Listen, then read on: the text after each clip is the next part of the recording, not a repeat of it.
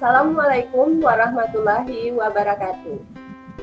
Waalaikumsalam warahmatullahi wabarakatuh. Selamat pagi anak-anak ibu semua. Pagi Bu. Keadaannya pada pagi hari ini? Baik Bu. Alhamdulillah. Sebelum kita belajar, marilah kita berdoa dahulu ya. Silahkan dipimpin Marendra. Sebelum belajar, marilah kita berdoa menurut agama dan kepercayaan masing-masing. Berdoa mulai. Selesai. Ya, terima kasih Marendra. Ibu ingatkan kembali untuk mengisi absen di Google Form sudah Ibu bagikan di WA grupnya. Silahkan diisi ya. Eca. Hadir Bu. Ya. Filza. Hadir Bu. Naura. Hadir Bu. Ya, alhamdulillah hari kita hadir semua. Supaya kita lebih semangat lagi, kita menyanyikan lagu nasional terlebih dahulu. Garda Pancasila, akulah pendukungmu. Patriot proklamasi, sedia berkorban untukmu. Pancasila dasar negara, rakyat adil makmur sentosa. Pribadi bangsamu, ayo maju, ayo maju, ayo maju, maju. Semoga setelah menyanyikan lagu ini, kita tambah bersemangat dalam menerima pembelajaran hari ini. Anak-anak ibu harapkan bisa menerima pembelajaran hari ini dengan baik. Untuk melanjutkan pembelajaran kita hari ini, kita lihat dulu di minggu yang lalu. Siapa masih ingat? Minggu lalu kita mempelajari apa? Melaksanakan dan mempertahankan Undang-Undang tahun 1945. Ya, pintar. Syahrini, Filza masih ingat pembelajaran minggu lalu mengenai melaksanakan dan mempertahankan UUD 1945. Yaitu di mana pada pembukaan UUD 1945 tidak boleh dirubah. Oke, untuk sekarang kita lanjut kepada materi minggu ini. Siapa yang sudah membaca materi minggu ini? Tentang apa? Tentang makna tata Urutan peraturan perundang-undangan di Indonesia. Ya, bagus. Kita mempelajari tentang ketiga, memaknai peraturan perundang-undangan. Subbabnya makna tata urutan peraturan perundang-undangan. Jadi kita tahu dulu tujuan pembelajaran bab 3 ini. Yang pertama, setelah mengikuti rangkaian kegiatan pembelajaran secara daring melalui Google Meet ini, siswa dapat menunjukkan rasa bersyukur kepada Tuhan Yang Maha Esa untuk nilai semangat kebangsaan nasional dengan baik. Dan yang keempat, setelah mencari informasi dari internet dan berbagai sumber pembelajaran lainnya, siswa mampu menyimpulkan tata urutan peraturan perundang-undangan nasional. Anak ibu, silakan perhatikan gambar ini. Yang tahu, aktifin mic-nya, langsung dijawab. Ada pengendara motor. Ya, Eksa, ada pengendara motor. Apalagi? Pengendara motor pakai helm. Ya, pengendara motor menggunakan helm. Bagus, Naura. Sekarang kita hubungkan gambar ini dengan materi kita hari ini. Pengguna jalan harus mematuhi aturan perundang-undangan lalu lintas. Ya, betul, Eksa. Semua pengguna jalan baik yang berkendara maupun pejalan kaki harus tahu dengan aturan.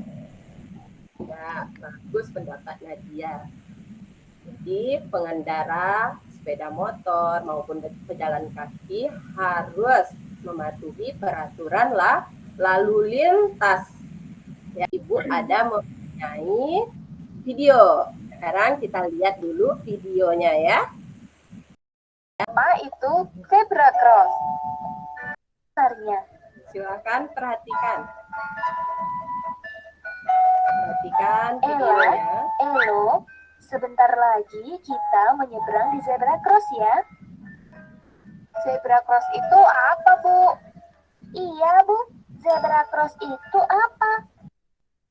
Nah, itu meskipun di zebra cross kita Ya, Bu. harus berhati-hati Tidak mau menunggu mobil yang kendaraan berjalan berhenti itu saat berhenti. orang Baru mau kita berjalan menyeberang. kaki. Karena pengendara motor Berarti tidak tidak bisa sembarangan mengetahui menyeberang tata ya, Bu. tertib lalu lintas. Nanti ditabrak bagaimana, Bu? Benar, apalagi jika di jalan tersebut tidak tersedia zebra cross. Kita harus extra berhati-hati. Saat kita menyeberang, kita harus memperhatikan kendaraan yang lewat, tunggu hingga sepi atau tidak ada kendaraan yang lewat. Dan tentunya kita akan menyeberang jalan di zebra cross agar lebih aman. Kita sudah melihat video pembelajaran tadi. Jadi di sini dapat kita hubungkan antara gambar yang tadi dengan video yang baru Ibu tampilkan.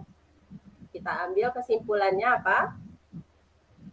Harus menggunakan menyeberang jalan harus menggunakan zebra cross agar tidak tertabrak pengguna motor, Bu.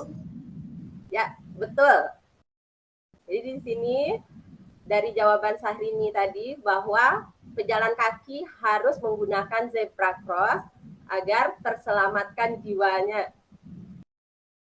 Yang kita pelajari hari ini yaitu memaknai peraturan perundang-undangan dengan subbab makna tata urutan peraturan perundang-undangan di Indonesia.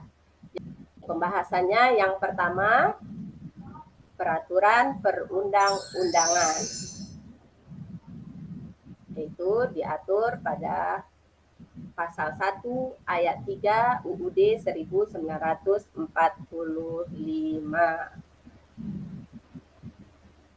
Nih, siapa yang tahu isi pasal 1 ayat 3 UUD 1945? Negara Indonesia negara hukum. Negara Indonesia adalah negara hukum. Siapa nih?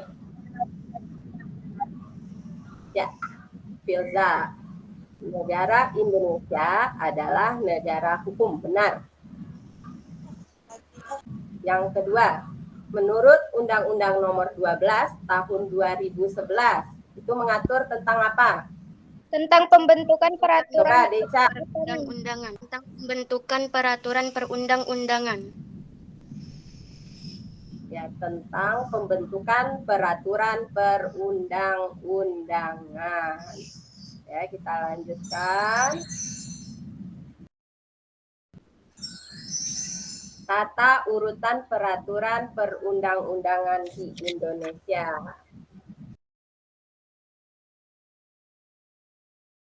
Hierarki peraturan perundang-undangan di Indonesia, pasal 7, Undang-Undang Nomor 12 Tahun 2011 tadi, yang mengatur tentang pembentukan peraturan perundang-undangan. Jadi, hierarki yang pertama apa? Dasar Negara Republik Indonesia tahun 1945. Ya, pintar. Itu Cahyani, Undang-Undang Negara Republik Indonesia tahun 1945. Yang ketiga, siapa? undang-undang atau peraturan pemerintah pengganti undang-undang. Ya. Yang ketujuh, yang terakhir. Peraturan daerah kabupaten atau kota atau juga perda kabupaten atau kota. Ibu hebat, peraturan daerah kabupaten atau kota. Di sini adalah tingkatan-tingkatan dari yang tinggi sampai terendah pada hierarki peraturan perundang-undangan menurut Pasal 7 Undang-Undang Nomor 12 Tahun 2011. Sudah mengerti anak ibu sampai di sini? Sudah, Bu. Sudah, Bu. Sudah, Bu. Anak-anak ibu dapat membacanya di buku paket dan bahan ajar yang ibu telah bagikan melalui WA-nya juga ada. Silakan dibaca ya, atau sudah anak-anak ibu baca sebelumnya. Dan yang terakhir materi peraturan perundang-undangan. Di materi yang kita bahas hari ini, ada yang ingin bertanya? Ada? Atau sudah jelas? Dari materi muatan peraturan perundang-undangan ini, penjelasannya bisa dibaca di buku anak-anak ibu semua, dan ada juga di bahan ajar yang sudah ibu bagikan melalui grup WA ya. Kita lanjutkan dengan membuat tugas yang ada di LKPD yang sudah ibu share juga melalui WA guru. Dikerjakan dulu. Nanti kita perhatikan satu persatu ya.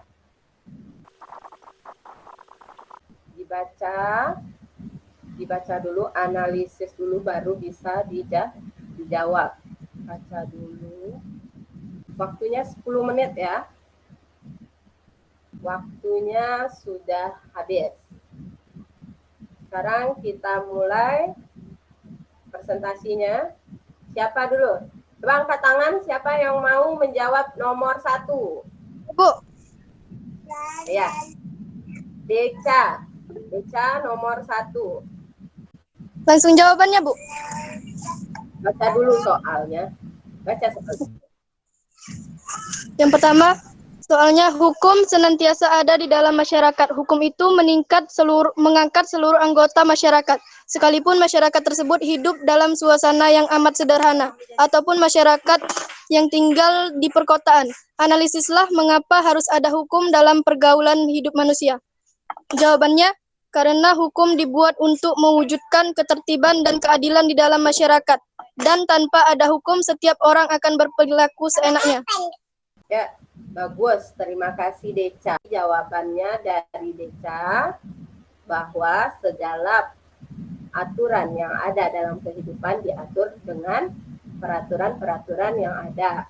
Ya, tidak memandang dimanapun kita, baik itu di kota, baik itu kita di pedesaan, harus ada hukum.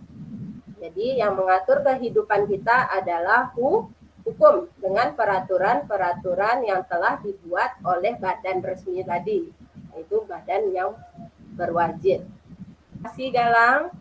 Ya, kita sudah mempresentasikan 5 dari soal yang ada di LKPD. Dari kelima soal ini, ada yang ingin ditanyakan lagi? Tidak ya? Sekarang kita simpulkan apa yang kita dapatkan pada pagi hari ini. Silakan yang mau menyimpulkan pembelajaran kita. Nadia, silakan. Kapan, di mana, dengan siapa, dan dalam keadaan apapun kita selalu terikat dengan hukum. Indonesia adalah negara hukum. Nah, kita tarik kesimpulan. Yang pertama, kapan, di mana, dengan siapa, dan dalam keadaan apapun kita selalu terikat dengan hukum. Ada aturan yang mengikat kehidupan kita. Ya, terima kasih. Untuk minggu depan, silakan anak-anak ibu membaca materi yang kedua pada bab yang ketiga, yaitu proses penyusunan peraturan perundang-undangan. Kita akan bertemu lagi minggu depan ya. Jaga kesehatan, jangan suka pergi keluar rumah kalau tidak ada kepentingan yang lain. Oke, diakhiri pembelajaran kita berdoa. Silakan Marendra dipimpin dulu doanya. Untuk mengakhiri pelajaran kita hari ini, marilah kita berdoa menurut agama dan kepercayaan kita masing-masing. Berdoa dimulai. Berdoa selesai. Akhiri pembelajaran dengan wabillahi taufik wal hidayah. Wassalamualaikum warahmatullahi wabarakatuh. Waalaikumsalam warahmatullahi wabarakatuh.